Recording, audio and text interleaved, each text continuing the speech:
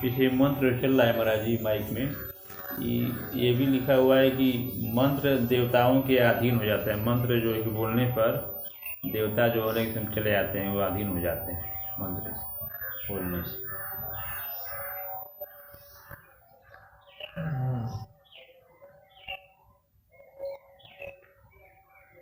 मंत्र खाली बोलने से देवता नहीं आ जाएंगे, जी नहीं देवी शक्ति आप में आ जाएगी, इतना नहीं है कि खाली आप बोल दिए तो उसी से आ जाएगा।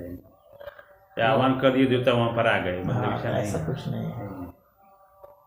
कितनी शक्ति से आप बोल रहे हैं, कितना सही से आप उच्चारण कर रहे हैं, कितनी भक्ति से आप कर रहे हैं, किस उद्देश्य से कर रहे हैं, ये सब कुछ मायने रखता है।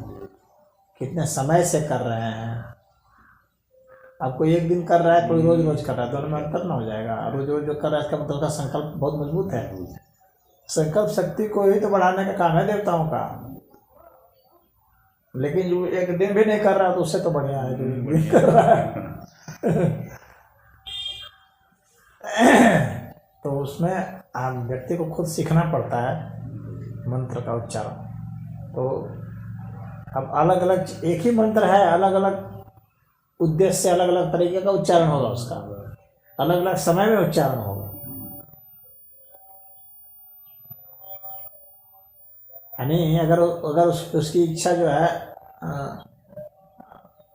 यह है क्रूर कर्म की है तो सौम्य मंत्र से नहीं होगा, और सौम्य मंत्र का सौम्य तरीके से करने से नहीं होगा, क्रूर तरीके से होगा। क्रूर मंत्र उसको चाहिए। अगर सौम्य उद्देश्य है तो सौम्य मंत्र चाहिए, सौम्य तरीके से उसको करना चाहिए, सौम्य समय में करना चाहिए। जैसे सौम्य समय यह सुबह का समय है तो प्रातः काल वही मंत्र सिद्ध होते हैं जो सात्विक मंत्र होते हैं। दोपहर में जो है राजसी मंत्र होते हैं, रात्रि को तामसी मंत्र होते हैं। तब जो क्रूर मंत्र होते हैं वो तो रात्रि को किए जाते हैं। जितने मोक्ष वाले शुभ कर्म वाले जितने भी मंत्र हैं सब सुबह होते हैं। दोपहर में राजसी मंत्र होते हैं, धन प्राप्ति का, तो पद प्राप्ति का, इस तरह का जो मंत्र है वो सब दोपहर में 11:30 बजे के बाद से शुरू होते हैं। अगर उसको कोई सुबह करेगा तो सफल नहीं होगा। बहुत लोगों का तो इसलिए भी असफल हो जाता है क्योंकि वो जब मन तब करते हैं। उसका मतलब ही नहीं समझते कि उसका समय का क्या महत्व है।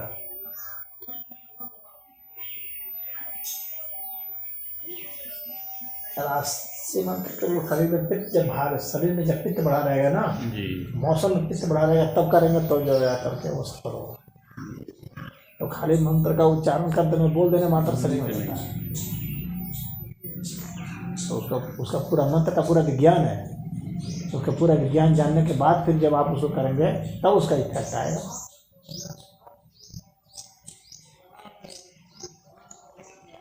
और उसी तरह से भाव भंगिमा से भी है, खाली बोलने से नहीं होगा। किस भाव भंगिमा के साथ बोल रहा है, मतलब एक्टिंग के साथ जब आप कर रहे हैं, यानी शरीर का आपका पूरा का पूरा शरीर पूरा उसमें लगा रहा है। ये नहीं खाली मुंह चल रहा है, हाथ पैर ये वो आँख नाक कान सबको साथ देना है। उसमें पूरा आपका शरीर का रोमा रोमा साथ देगा ना, तब जा करके वो फलीभूत होगा, तब देवता आएंगे। हाँ, पहले मुंह चल रहा है, दिमाग कहीं और घूम रहा है। हाँ, दिमाग कहीं और चल रहा है तो देवता क्या है। ये ध्रुव प्रहलाद थे महाराज जी, तो तपस्या कर जब किए तो भगवान प्रकट हो गए। तो क्या ये प्रकट भगवान भी होते हैं? ये प्रकट भी भगवान, ये ध्रुव प्रहलाद जो तपस्या किए तो इन लोगों को भगवान से साक्षात दर्शन दिए, प्रकट हुए। क्या भगवान प्रकट होते हैं? क्या साक्षात दर्शन हो जाता है? हो जाता है, हो जाएगा। वो हम लोग की शक्ति ही उसको दर्शन बनाती है ना। ये पूरा अस्तित्व जो है ना, ये अपने आप में प्रकट करने में सफल है। ये जितना भी यहाँ प्रकट हुआ है, ये पेड़ पौधे सब प्रकट ही ना है। तो ये कैसे प्रकट है? ये जैसे प्रकट है उसी तरह से वो प्रकट हो जाएंगे। हाँ, वो शक्ति प्रकट हो जाएगी। और वो कब तक प्रकट रहेगी? जब तक आपके पास शक्ति रहेगी। मूलतः आप अपनी शक्ति से ही प्रकट करते हैं। तो आपकी शक्ति जो है इस अस्तित्व की शक्ति को कुछ समय के लिए खींच लेती है, ले लेती है, खा लेती है। जैसे हम लोग भोजन इस अस्तित्व से ले लेते हैं ना, खाना खा लेते हैं इस अस्तित्व से लेकर के, उसी तरह से हम लोग है उस ऊर्जा को खा लेते हैं। देवता मतलब वही ऊर्जा हुआ, तो उस ऊर्जा को हम लोग खा जाते हैं। और हम लोग का माइंड जो है प्रक्षेपण करता है, हम लोग का माइंड जो है प्रोजेक्टर के रूप में काम करता है। जैसे प्रोजेक्टर किसी चीज़ को दिखलाता है ना, सिनेमा में दिखलाते हैं ना प्रोजेक्टर से, उसी तरह से हम लोग का माइंड जो है, हम लोग कोई चीज़ कैसे देखते हैं, जैसे हम लोग अभी इस पेड़ को ही देख रहे हैं, तो हम लोग अपने माइंड से ही तो देख रहे हैं।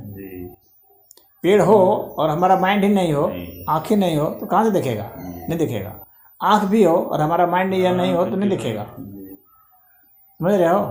तो देवता भी वैसे ही दिखेंगे, हमको अपने माइंड से दिखेंगे, हमारे माइंड की शक्ति से ही दिखेंगे वे।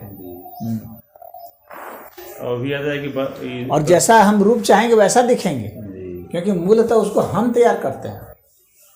हम जैसा चाहेंगे, हम अगर कृष्ण जी को चाहेंगे तो हमको हनुमान जी नहीं दिखने वाले हैं। कृष्ण जी दिखाई, हाँ, कृष्ण जी ही दिखेंगे। हनुमान जी को चाहेंगे तो हनुमान जी दिखेंगे, राम जी को चाहेंगे तो राम जी दिखेंगे। मतलब दिमाग में बैठाएंगे वैसा ही, बिल्कुल रूप का जैसा हमें इमेज बनाते जाते हैं वही घनीभूत होता जाता है। वो ऊर्जा घनीभूत होती जाती है, और वो घनीभूत होते होते होते होते या तो आपको सपना में दिख गया, लेकिन आप सपना से संतुष्ट नहीं है तो लगातार आप उसमें करते रहें कि नहीं, आपको बाहर देखना है उसको।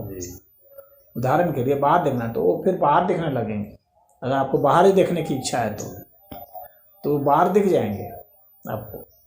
और जो शून्य ध्यान करता है, जो कोई मतलब निर्विचार रहता है, उसको निर्विचार रहता है तो उसको वो नहीं देखेगा।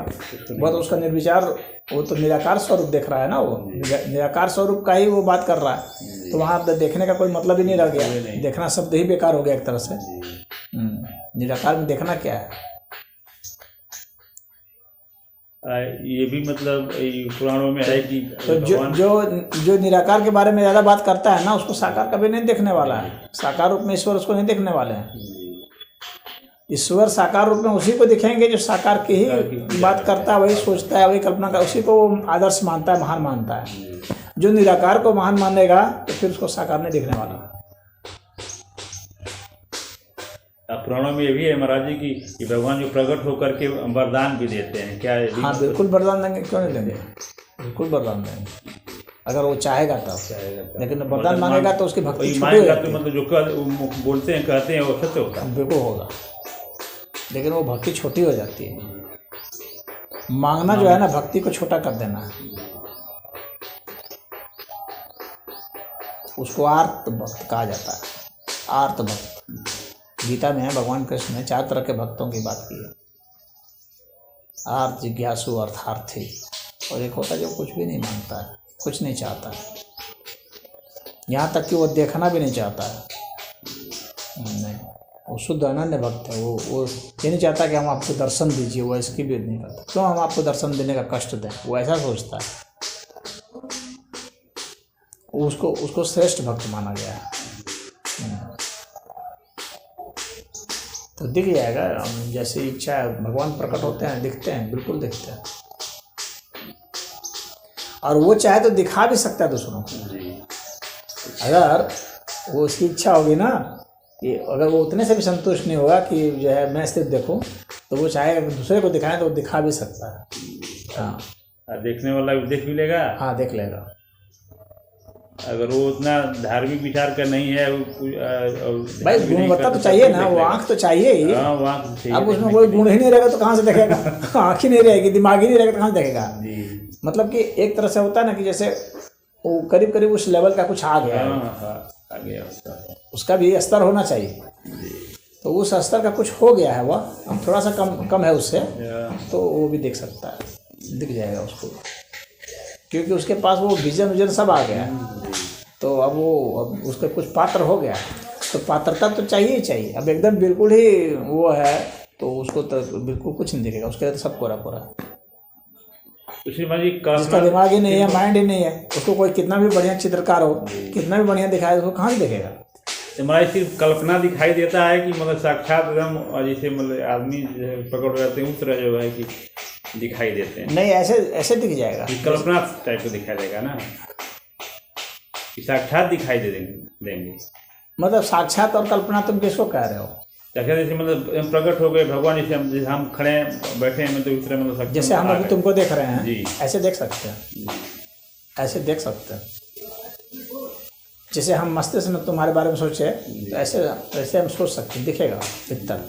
जैसे फिल्म देखते हैं, हाँ, उस समय। फिल्म दिखता है ना, तो उसी तरह से फिल्म दिख जाएगा भीतर में। सोए रहेंगे सपना में दिख जाएगा। तो पूजा करते करते करते जब एकाग्रचित हो जाता है वह व्यक्ति और इसकी इच्छा करता है मुझे देखना है, तो वह सघन रूप दिखता है। तो आपके माइंड के पास वो पावर है कि कई शक्तियों को बटोर करके आप जो सोचते हैं ठीक आपको वैसा का वैसा दिखला दे। तो कोई जो विज्ञान का विद्यार्थी वो कहेगा कि नहीं वो तो अपने ही शक्ति से देखा, तो सदैव आप अपनी ही शक्ति से नहीं देखेंगे।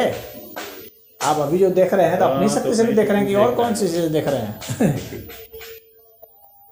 तो वो कहेगा भगवान दर्शन नहीं दिए, ये खुद ही ऐसा सोच लिया, कल्पना बना लिया अपने ही जीवन। तो उस अर्थ में अगर सोचेंगे तो उस अर्थ में भी वो बात भी सही है कि आप देखेंगे सदैव अपने ही शक्ति से। शक्ति से। हाँ, क्योंकि भगवान क्या है? भगवान तो हर जगह हर चीज़ है, हर चीज़ भगवान है।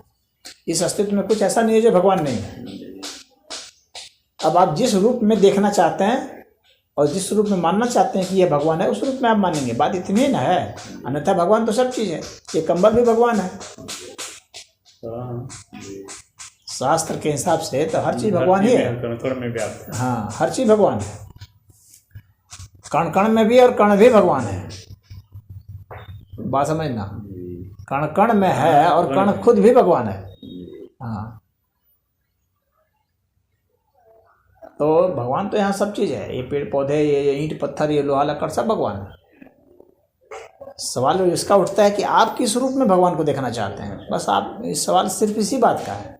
भगवान का भाव तो कहीं नहीं है। ना सतो विद्यते भाव, ना भावो विद्यते सता। भगवान कृष्ण ने कहा है कि सत्य का कहीं अभाव नहीं। तो ईश्वर का कहीं अभाव नहीं है। ये नहीं कहेंगे कि ईश्वर इस समय नहीं है या यहाँ नहीं है या ऐसे नहीं है। सब है, घड़ा भी ईश्वर है, बाल्टी भी ईश्वर है, कुर्सी भी ईश्वर, सब ईश्वर है। अब ये हमारी क्या इच्छा है कि मैं ईश्वर को कैसे देखना चाहता हूँ। ओ, हनुमान जी के रूप में देखना चाहता हूँ ईश्वर, तो फिर वैसा दिखेंगे। लेकिन जब भी दिखेंगे, चाहे मैं बाल्टी के रूप में देखूँ तो, चाहे हनुमान जी के चित्र के रूप में देखूँ तो, या हनुमान जी के हम जो है वीडियो के रूप में देखूँ तो तो वो जो है सब कुछ हमारे माइंड पर निर्भर करता है। वो बात भी करेंगे, सब कुछ करेंगे, वरदान भी देंगे, वरदान हम मांगेंगे तो। हाँ, अब प्रश्न उठता है कि क्या वह जो वरदान फलीभूत होगा? तो निश्चित होगा। जो वरदान मिल जाएगा ना, वो वरदान अवश्य ही फलीभूत होगा। उसी से सिद्ध होता है कि वो कल्पना नहीं है। बात समझ में आ रही है? एक कल्पना तो कोई दिवा स्वप्न कोई भी बैठा हुआ, एक कल्पना करने वाला तुम कल्पना कर लिया, लेकिन इससे भगवान प्रकट नहीं हुए। इसको नहीं माना जाएगा भगवान का दर्शन। क्यों? क्योंकि अभी वास्तव में वो शक्ति उसकी नहीं आई है। हालांकि उस वक्त भी वो अपनी ही शक्ति से प्रकट कर रहा है, लेकिन इस वक्त जो उसने कल्पना किया ना, उसमें वो उतनी ताकत नहीं थी कि वह कहा जाए कि इसको भगवान ने दर्शन दे दिया। दर्शन की शक्ति अलग होती है, उसका फोकस, उसकी एकाग्रता, उसकी ताकत अलग होती है। उसके लिए जो जज्बा चाहिए, काफ़ी रात दिन मेहनत चाहिए, ऐसे नहीं हो जाता है। वो शक्ति आपको देवता इतना आसानी से नहीं आ जाता। देव के स्तर तक पहुंचना पड़ेगा ना। आपकी जो कल्पना है ना, आपका जो मन है, आपका मन जो है ऊर्जा का जो सबसे सूक्ष्मतम स्वरूप होता है, वहां तक जब जाएगा तब वो देवता प्रकट होगा। बात समझ में आ रही है? और कल्पना में क्या है कि अभी वो सिर्फ चित्त तक ही है। जब हम सालवा में कल्पना करते हैं तो क्या है कि हमारी शक्ति जो है सिर्फ चित्त तक है, बस हमारे मन तक ही अभी तक है। हम मन की अंतम जो सूक्ष्मतम जो गहराई है वहां तक नहीं उतरे हैं। जब सूक्ष्मतम गहराई तक उतरेंगे तो अवश्य ही प्रकट होंगे, बिल्कुल प्रकट होंगे। हालांकि वो जो प्रकटीकरण होगा वह भी अपना ही होगा, क्योंकि तब क्या है कि अपना जो है, अपना जो ये जो शरीर है ना, ये उतना शरीर नहीं रह जाता, इसका फैलाव बहुत हो जाता है। हम लोग स्वयं भी विराट स्वरूप हो जाते हैं। हम लोग इतना ही थोड़ी है जितना कि भौतिक रूप से दिख रहे हैं, इतना ही नहीं है। यह तो उतना हिस्सा है जो कि सामान्य लोगों को दिख रहा है। हम इससे सूक्ष्म भी हैं और इससे विराट भी हैं। तो हमारा चित्त जो है जब बहुत विराट हो जाता है तो वो विराट ईश्वर को प्रकट करता है।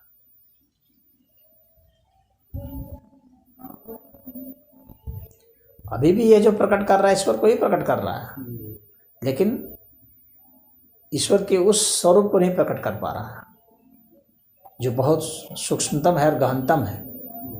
यह मध्य को प्रकट कर रहा है।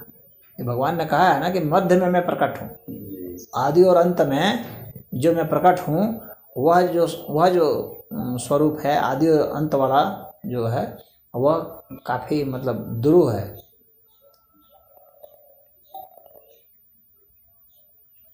तो सामान्य इंद्रियों से हम सिर्फ मध्य वाले को देख सकते हैं, यानी ईश्वर के मध्य भाग को देख पाते हैं। लेकिन वहाँ जो कहा जाता है ईश्वर दर्शन ना, तो उसको दो को कहा जाता है। ईश्वर के सबसे विराट स्वरूप को ईश्वर का दर्शन कहा जाता है और ईश्वर के सबसे सूक्ष्म स्वरूप को। तो सूक्ष्म स्वरूप जो हो गया वो निराकार हो गया, और विराट दर्शन तो वो इसका इतना बड़ा आकार हो गया कि उसको हम लोग की इंद्रियों से उसको नहीं देख सकते हैं। तो उसके लिए दूसरी इंद्रियां होती हैं, तो उस वक्त वो जागृत हो जाती है। लेकिन आदमी देख सकता है, ईश्वर का दर्शन कर सकता है, निश्चित कर सकता है, करते ही है, होता है। वह कोई कल्पना ऐसा नहीं है, वो कल्पना का घनीभूत अवस्था है, या उसको विराट अवस्था कह सकते हो। है तो कल्पना ही एक तरह से, लेकिन सामान्य कल्पना नहीं है।